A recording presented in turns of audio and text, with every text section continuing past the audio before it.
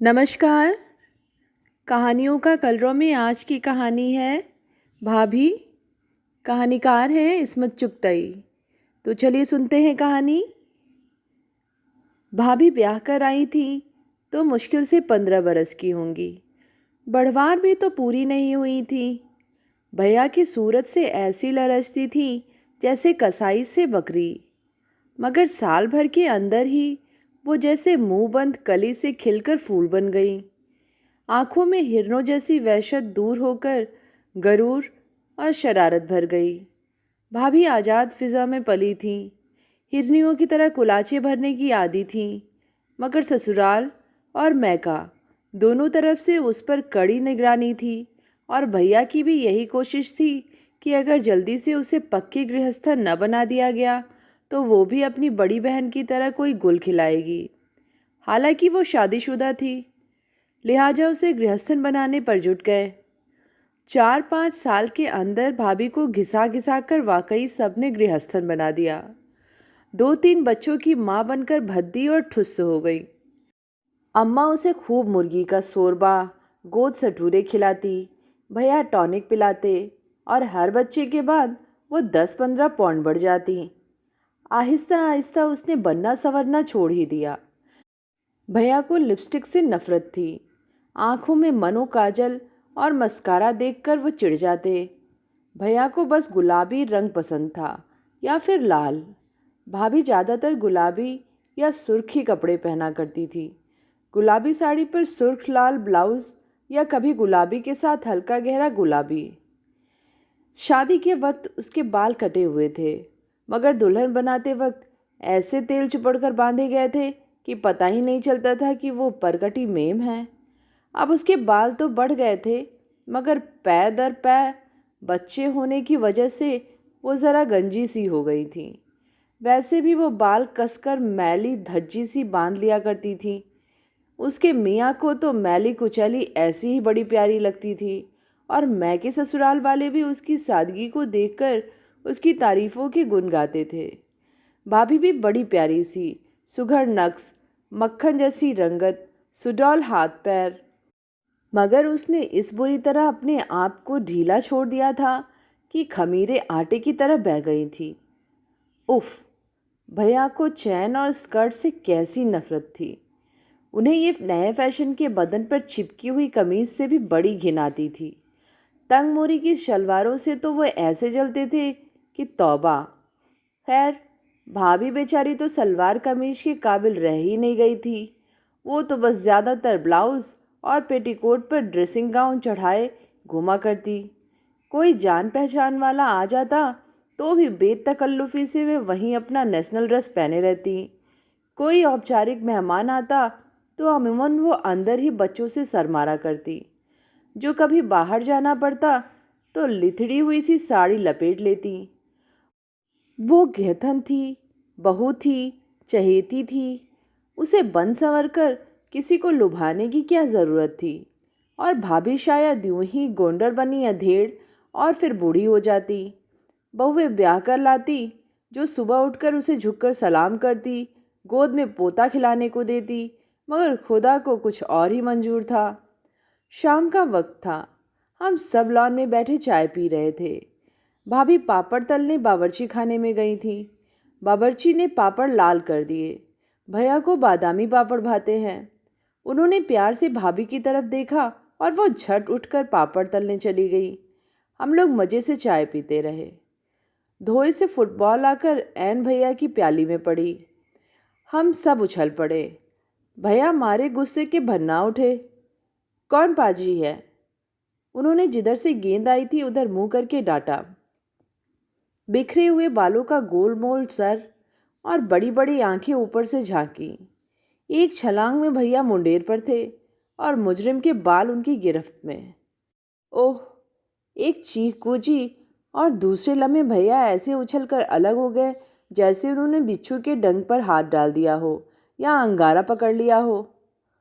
Sorry, I am very sorry, वो हकला रहे थे। हम सब दौड़कर गए। देखा तो मुंडेर के उस तरफ एक दुबली नागिन सी लड़की, सफ़ेद ड्रेस टाइप और नींबू के रंग का स्लीवलेस ब्लाउज पहने अपने बालों में पतली पतली उंगलियां फेरकर खिसियाई हंसी हंस रही थी। और फिर हम सब हंसने लगे। भाभी पापड़ों की प्लेट लिए अंदर से निकली और बगैर कुछ पूछे ये समझकर हंसने लगी कि ज़रूर कोई हंसने की बात हुई होगी। उसका ढीला ढाला पेट हंसने से फुदकने लगा और जब उसे मालूम हुआ कि भैया ने शबनम को लड़का समझकर उसके बाल पकड़ लिए तो और भी ज़ोर ज़ोर से कह लगाने लगी कि कई पापड़ के टुकड़े घास पर बिखर गए। शबनम ने बताया कि वो उसी दिन अपने चचा खालिद जमील के यहाँ आई है। अकेले जी घबराया तो फुटबॉल ही लुढ़काने लगी, जो इत्तेफाकन भैया की प्याली पर आ कूदी। शबनम भैया को अपनी तीखी मस्कारा लगी आंखों से घूर रही थी। भैया मंत्रमुग्ध सन्नाटे में उसे तक रहे थे। एक करंट उन दोनों के दरमियान दौड़ रहा था। भाभी इस करंट से कटी हुई जैसे कोसों दूर खड़ी थी। उसका फुदकता हुआ पेट सहम कर रुक गया। हंसी ने उसके होठों पर लड़खड़ा कर दम तोड़ दिया। उसके हाथ ढीले हो गए। प्लेट के पापड़ घास पर गिरने लगे। फिर एकदम वो दोनों जाग पड़े और ख्वाबों की दुनिया से लौट आए। शबनम फुदक कर मुंडेर पर चढ़ गई। आइए प्लीज़, चाय लीजिए। मैंने ठहरी हुई फिज़ा को धक्का देकर आगे खिसकाया। एक लचक के साथ शबनम ने अपने पैर मुंडेर के उस पार से इस पार झुलाए। शबनम का रंग पिघले हुए सोने की तरह लौ दे रहा था। उसके बाल स्याह भौरा थे, मगर आंखें जैसे स्याह कटोरियों में किसी ने शहद भर दिया हो। नींबू के रंग के ब्लाउज़ का गला बहुत गहरा था। होठ तरबूजी रंग के और उसी रंग की नेल पॉलिश लगाए वो बिल्कुल किसी अमेरिकी इश्तहार का मॉडल मालूम हो रही थी।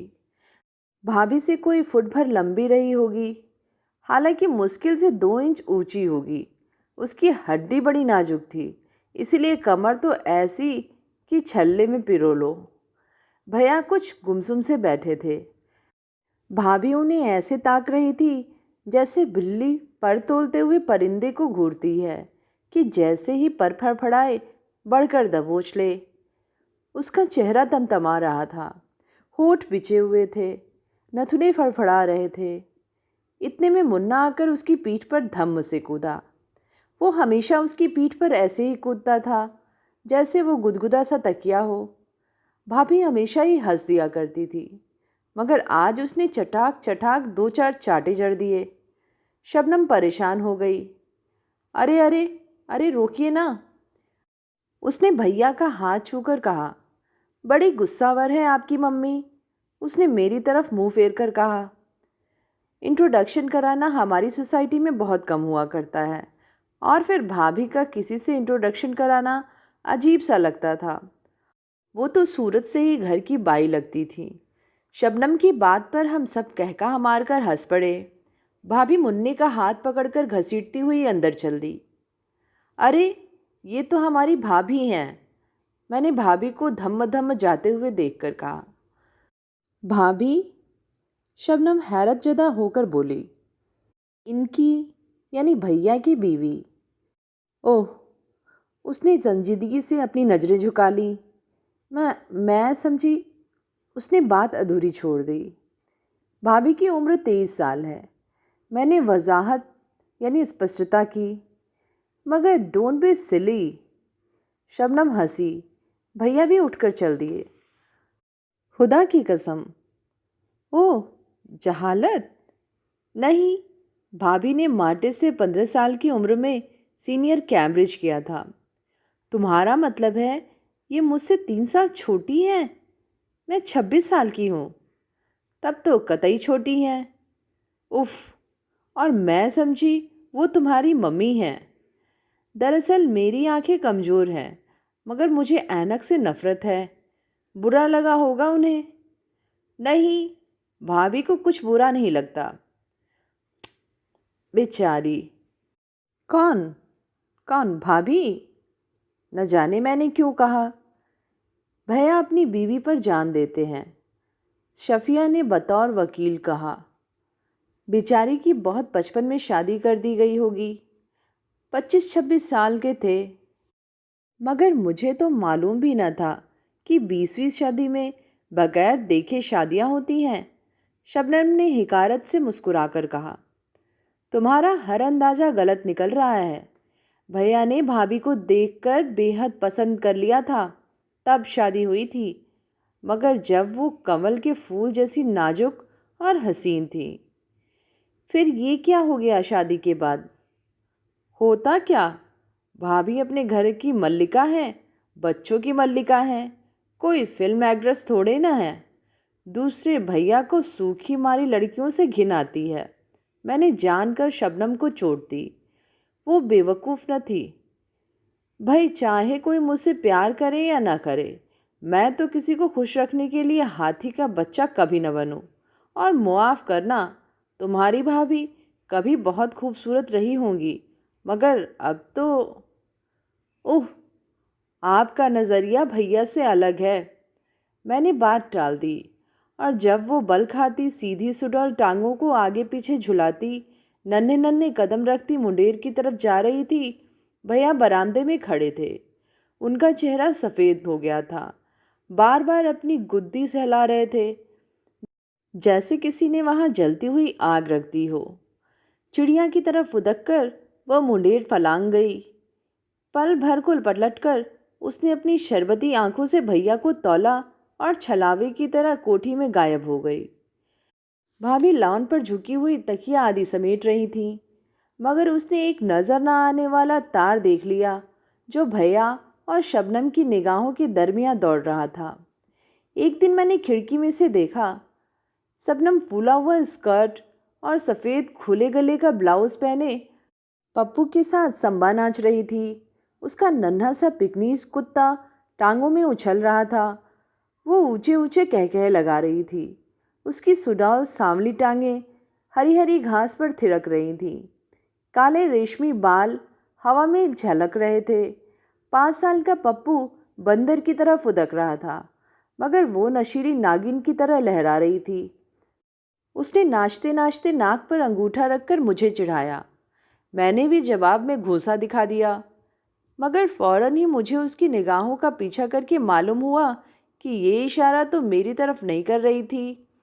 भैया बरामदे में अहमकों की तरह खड़े गुद्दी सहला रहे थे और वो उन्हें मुंह चढ़ाकर जला रही थी। उसकी कमर में बल पड़ रहे थे, कूल्हे मटक रहे थे, बाहें थरथरा रही थीं, होठ एक दूसरे से जुदा लरज रहे थे। उसने सांप की तरह लब से जुबान निकालकर अपने होठों को चाटा। भैया की आंखें चमक रही थीं और वो खड़े दांत निकाल रहे थे। मेरा दिल धक से रह गया। भाभी गोदाम में अनाज तुलवाकर बावर्ची को दे रही थी। शबनम की बच्ची, मैंने दिल में सोचा, मगर गुस्सा मुझे भैया पर भी आया। उन्हें दांत निकालने की क्या ज़रूरत थी? इन्हें तो शबनम जैसे कांटों से नफरत थी। इन्हें तो अंग्रेजी नाचों से घिन आती थी। फिर वो क्यों खड़े उसे तक रहे थे? और ऐसी भी क्या बेसुधी कि उनका जिस्म संबा की ताल पर लरज रहा था और उन्हें खबर न थी। इतने में बॉय चाय की ट्रे लेकर लॉन पर आ गया। भैया ने हम सबको आवाज़ दी और बॉय से कहा, भाभी को भेज दे। रस्मन शबनम को भी बुलावा देना पड़ा। मेरा तो जी चाह रहा था कतई उसकी तरफ से मुंह फेर कर बैठ जाऊं, मगर जब वो मुन्ने को पद्दी पर चढ़ाए मुंडेर फलांग कर आई तो ना जाने क्यों मुझे वो कतई मासूम लगी। मुन्ना स्कार्फ लगामों की तरह थामे हुए था और वो घोड़े की चाल उछलती हुई लॉन पर दौड़ रही थी। भैया ने मुन्ने को उसकी पीठ पर से उतरवाना चाहा, मगर वो और चिमट गया। अभी और थोड़ा आंटी। नहीं बाबा, आंटी में दम नहीं, शबनम चिल्लाई। बड़ी मुश्किल से भैया ने मुन्ने को उतारा, मुंह पर एक चाटा लगाया। एकदम तड़प कर शबनम ने उसे गोद में उठा लिया और भैया के हाथ पर जोर का थप्पड़ लगाया। शर्म नहीं आती? इतने बड़े ऊँट के ऊँट छोटे से बच्चे पर हाथ चलाते हो? भाभी को आता देखकर उसने मुन्ने को गोद में दे दिया। उसका थप्पड़ खाकर भैया मुस्कुरा रहे थे। देखिए तो कितनी ज़ोर से थप्पड़ मारा है। मेरे बच्चे को कोई मारता तो हाथ तोड़कर रख देती। उसने शरबत की कटोरियों में जहर घोलकर भैया को देखा और फिर हंस रहे हैं बेहया। दम भी है जो हाथ तोड़ोगी। भैया ने उसकी कलाई मरोड़ी। वो बल खाकर इतनी जोर से चीखी कि भैया ने कांप कर उसे छोड़ दिया और वो हंसते हंसते ज़मीन पर लौट गई। चाय के दरमियान भी शबनम की शरारतें चलती रहीं। वो बिल्कुल कमसिन छोकरियों की तरह चुगली कर रही थी। भाभी गुमसुम बैठी थी।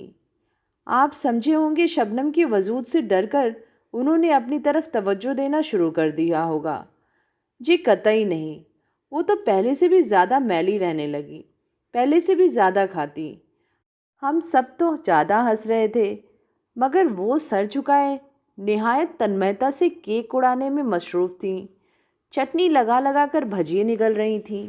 सिके हुए तोसों पर ढेर सा मक्खन लगा लगा कर खाए जा रही थीं। भैया और शबनम को देख देख कर हम सभी परेशान थे और शायद भाभी भी फिक्रमंद होंगी, लेकिन अपनी परेशानी को वो मुर्गन खानों में दफन कर रही थी। उन्हें हर वक्त खट्टी डकारें आया करती, मगर वो चूरन खा खा कर पुलाव कोरमा हजम करती।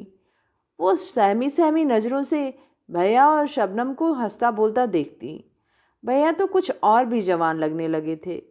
शबनम के साथ वो सुबह शाम समंदर में तैरते। भाभी अच्छा भला तैरना जानती, मगर भैया को स्विमिंग सूट पहने औरतों से सख्त नफरत थी। एक दिन हम सब समंदर में नहा रहे थे। शबनम दो धज्जियाँ पहने नागिन की तरह पानी में बल खा रही थी। इतने में भाभी, जो देर से मुन्ने को पुकार रही थी, आ गई। भैया शरारत के मूड में तो थे ही। दौड़कर उन्हें पकड़ लिया और हम सब ने मिलकर उन्हें पानी में घसीट लिया। जब से शबनम आई थी भैया बहुत शरारती हो गए थे। एकदम से वो दांत किचकिचाकर भाभी को हम सब के सामने भींच लेते, उन्हें गोद में उठाने की कोशिश करते, मगर वो उनके हाथों से बोंबल मछली की तरह फिसल जाती। फिर वो खिसिया कर रह जाते, जैसे कल्पना में वो शबनम ही हो और उसे ही वो उठा रहे थे। और भाभी लज्जित होकर फौरन पुडिंग या कोई और मज़ेदार डिश तैयार करने चली जाती। उस वक्त जो उन्हें पानी में धकेला गया तो वो गठरी की तरह लुढ़क गई। उनके कपड़े जिस्म पर चिपक गए और उनके जिस्म का सारा भोंडा पर भयानक तरीके से उभर आया। कमर पर जैसे किसी ने रजाई लपेट दी हो। कपड़ों में वो इतनी भयानक नहीं मालूम होती थी। ओह, कितनी मोटी हो गई हो तुम, भैया ने कहा। उफ, तो देखो, बिल्कुल गामा पहलवान मालूम हो रही हो। 4 बच्चे होने के बाद कमर। मेरे तो 4 बच्चे हैं, मेरी कमर तो टनलप पिल्लों का गद्दा नहीं बनी। उन्होंने अपने सुडौल जिस्म को ठोक बजाकर कहा और भाभी मुँह उठाए भीगी मुर्गी की तरह पैर मारती, झुरझुरियाँ लेती, रेत में गहरे गहरे गड्ढे बनाती, मुन्ने को घसीटती चली गई। भैया बिल्कुल बेतवज्जो होकर शबनम को पानी में डुबकियाँ देने लगे। जब नहाकर आए तो भाभी सर झुकाए खुबानियों के मुरब्बे पर क्रीम की तह जमा रही थीं। उनके होंठ सफ़ेद हो रहे थे और आंखें सुर्ख थीं। कटारची की गुड़िया जैसे मोटे मोटे गाल और सूजे हुए मालूम हो रहे थे। लंच पर भाभी बेइंतहा गमगीन थीं, लिहाजा बड़ी तेज़ी से खुबानियों का मुरब्बा और क्रीम खाने में जुटी हुई थीं। शबनम ने डिश की तरफ देखकर ऐसे फरेरी ली जैसे खुबानियाँ ना हो, सांप बिच्छू हो। जहर है जहर, उसने नफासत से ककड़ी का टुकड़ा कुतरते हुए कहा और भैया भाभी को घूरने लगे, मगर वो शपाशप मुरब्बा उड़ाती रहीं। हद है, उन्होंने नथुने फड़काकर कहा। भाभी ने कोई ध्यान न दिया और करीब करीब पूरी डिश पेट में उड़ेल ली। उन्हें मुरब्बा शोरबा खाता देखकर ऐसा मालूम होता था जैसे वह ईर्ष्या द्वेष के तूफान को रोकने के लिए बंद बांध बना रही हों। खुदा के लिए बस करो, डॉक्टर भी मना कर चुका है। ऐसा भी क्या चटोरपन, भैया ने कह ही दिया। मोम की दीवार की तरह भाभी पिघल गई। भैया का नस्तर चर्बी की दीवारों को चीरता हुआ ठीक दिल में उतर गया। मोटे मोटे आंसू भाभी के फूले हुए गालों पर फिसलने लगे। सिसकियों ने जिस्म के ढेर में जलजला पैदा कर दिया। दुबली पतली और नाजुक लड़कियां किस तलीफ और सुहाने अंदाज में रोती हैं, मगर भाभी को रोते देखकर बजाय दुख के हंसी आती थी, जैसे कोई रुई के भीगे हुए ढेर को डंडों से पीट रहा हो। वो नाक पोंछती हुई उठने लगी, मगर हम लोगों ने रोक लिया और भैया को डांटा। खुशामद करके वापस उन्हें बिठा लिया। बेचारी नाक सुड़कती बैठ गई, मगर जब उन्होंने कॉफ़ी में 3 चम्मच शक्कर डालकर क्रीम की तरफ हाथ बढ़ाया तो एकदम ठिठक गई। सहमी हुई नज़रों से शबनम और भैया की तरफ देखा। शबनम बमुश्किल अपनी हंसी रोके हुए थी। भैया मारे गुस्से के रुआंसे हो रहे थे। वो एकदम भनभना उठे और जाकर बरामदे में बैठ गए। उसके बाद हालात और बिगड़े। भाभी ने खुल्लम खुल्ला ऐलान जंग कर दिया। किसी ज़माने में भाभी का पठानी खून बहुत गर्म था। जरा सी बात पर हाथापाई पर उताया आया करती थी। बारहा भैया से गुस्सा होकर बजाय मुंह फुलाने के वो खूंखार बिल्ली की तरह उन पर टूट पड़ती, उनका मुंह खसोट डालती, दांतों से गिरेबान की धज्जियां उड़ा देती। फिर भैया उन्हें अपनी बाहों में भींचकर बेबस कर देते और वो उनके सीने से लगकर प्यासी डरी हुई चिड़िया की तरह फूट फूट कर रोने लगती। फिर मिलाप हो जाता और झेपी खिसियानी वो भैया के मुंह पर लगे हुए खरोचों पर प्यार से टिंचर लगा देती, उनके गिरेबान को रफू कर देती और मीठी मीठी शुक्रगुजार आंखों से उन्हें ताकती रहती। ये तब की बात है जब भाभी हल्की फुल्की तितरी की तरह तर्रार थी। लड़ती हुई छोटी सी पश्चिमी बिल्ली मालूम होती थी। भैया को उन पर गुस्सा आने के बजाय शिद्दत से प्यार आता, मगर जब उन पर गोश्त ने जिहाद बोल दिया वो बहुत ठंडी पड़ गई थी। उन्हें अव्वल तो गुस्सा ही ना आता, अगर आता भी तो फौरन इधर उधर काम में लगकर भूल जाती। उस दिन उन्होंने अपनी भारी भरकम डील डॉल को भूलकर भैया पर हमला कर दिया। भैया सिर्फ उनके बोझ से धक्का खाकर दीवार से जा चिपके। रुई के गट्ठर को यूं लुढ़कते देखकर उन्हें सख्त घिन आई। न गुस्सा हुए न बिगड़े, सस्लमदा उदास सर झुकाए कमरे से निकल भागे। भाभी वहीं पसर कर रोने लगी। बात और बढ़ी और एक दिन भैया के साले आकर भाभी को ले गए। तुफैल भाभी के चचाजाद भाई थे। भैया उस वक्त शबनम के साथ क्रिकेट का मैच देखने गए हुए थे। तुफैल ने शाम तक उनका इंतज़ार किया। वो ना आए तो मजबूरन भाभी और बच्चों का सामान तैयार किया। जाने से पहले भैया घड़ी भर को खड़े खड़े आए। दिल्ली के मकान मैंने उनके मेहर में दिए, उन्होंने रुखाई से तुफैल से कहा। मेहर? भाभी थर थर काँपने लगी। हाँ, तलाक के कागजात वकील के ज़रिए पहुंच जाएंगे। मगर तलाक? तलाक का क्या जिक्र है? इसी में बेहतरी है। मगर बच्चे? ये चाहें तो उन्हें ले जाएं, वरना मैंने बोर्डिंग में इंतज़ाम कर लिया है। एक चीख मार कर भाभी भैया पर झपटी, मगर उन्हें खसोटने की हिम्मत न हुई। सहम कर ठिठक गईं। और फिर भाभी ने अपने नारित्व की पूरी तरह बेआबरूई करवा डाली। वो भैया के पैरों पर लौट गईं, नाक तक रगड़ डाली। तुम मुझसे शादी कर लो, मैं कुछ न कहूँगी, मगर खुदा के लिए मुझे तलाक ना दो। मैं यूं ही ज़िंदगी गुजार दूंगी, मुझे कोई शिकायत ना होगी। मगर भैया ने नफ़रत से भाभी के थुल-थुल करते जिस्म को देखा और मुंह मोड़ लिया। मैं तलाक दे चुका, अब क्या हो सकता है? मगर भाभी को कौन समझाता, वो बिलबिलाए पड़ी थी। बेवकूफ़! तुफैल ने एक झटके में भाभी को ज़मीन से उठा लिया। कधी कहीं की, चल उठ। और वो उसे घसीटते हुए ले गए। क्या दर्दनाक समा था। फूट फूट कर रोने में हम भाभी का साथ दे रहे थे। अम्मा खामोश एक एक का मुंह तक रही थी। अब्बा की मौत के बाद उनके घर में कोई हैसियत नहीं रह गई थी। भैया खुद मुख्तार थे, बल्कि हम सब के सरपरस्त थे। अम्मा उन्हें बहुत समझाकर हार चुकी थी। उन्हें इस दिन की अच्छी तरह खबर थी, मगर क्या कर सकती थी। भाभी चली गईं। फ़िज़ा ऐसी ख़राब हो गई थी कि भैया और शबनम भी शादी के बाद हिल स्टेशन पर चले गए। 7-8 साल गुजर गए, कुछ ठीक अंदाजा नहीं। हम सब अपने अपने घरों की हुई। अम्मा का इंतकाल हो गया, आशियाना उजड़ गया, भरा हुआ घर संसार सूना हो गया। सब इधर उधर उड़ गए। 7-8 साल आँख झपकने न पाई। कहाँ गुम हो गए पता नहीं। कभी साल 2 साल में भैया की कोई खैर खबर मिल जाती।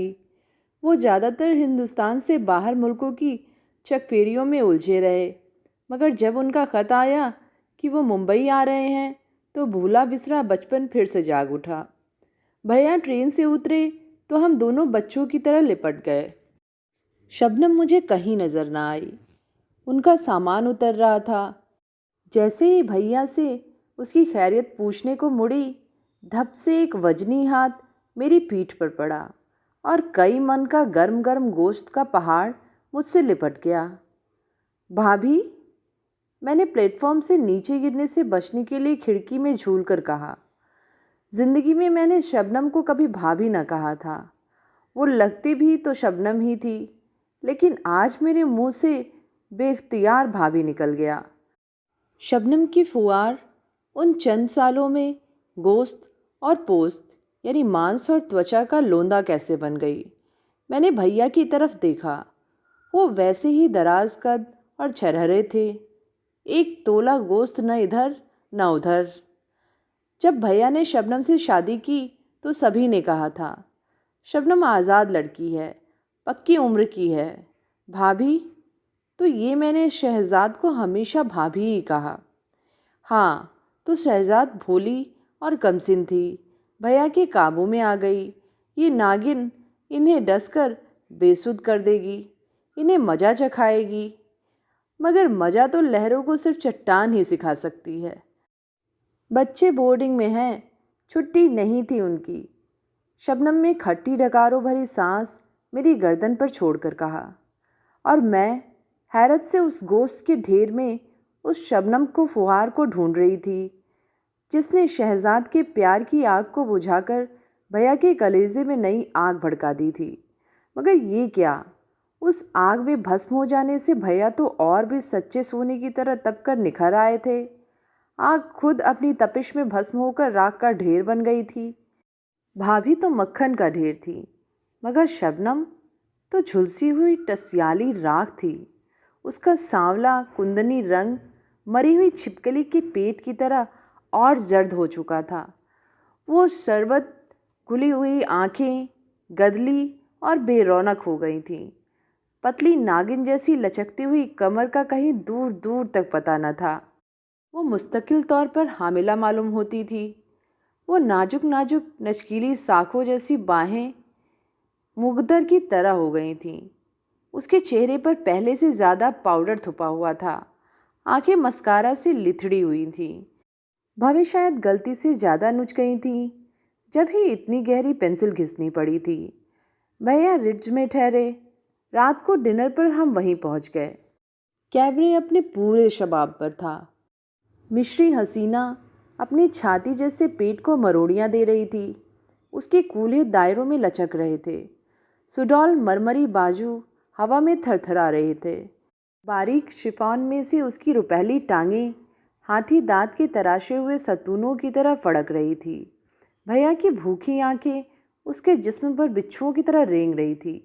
वो बार बार अपनी गुद्दी पर अनजानी चोट सहला रहे थे। भाभी, जो कभी शबनम थी, मिश्री रक्कासा नर्तकी की तरह लहराती हुई बिजली थी, जो एक दिन भैया के होशो हवास पर गिरी थी, आज रेत की ढेर की तरह भसकी बैठी थी। उसके मोटे मोटे गाल खून की कमी और मुस्तकिल स्थायी बदहज्जी की वजह से पीलेपन की ओर अग्रसर हो रहे थे। नियॉन लाइट्स की रोशनी में उसका रंग देखकर ऐसा मालूम हो रहा था जैसे किसी अनजाने नाग ने डस लिया हो। मिश्री रक्कासा के कूल्हे तूफान मचा रहे थे और भैया के दिल की नाव उस भंवर में चकफेरियाँ खा रही थी। 5 बच्चों की माँ शबनम, जो अब भाभी बन चुकी है, सहमी सहमी नज़रों से उन्हें तक रही थी। ध्यान बटाने के लिए वो तेजी से भुना हुआ मुर्ग हड़प कर रही थी। ऑर्केस्ट्रा ने एक भरपूर सांस खींची। साज कराहे, ड्रम का दिल गूंज उठा।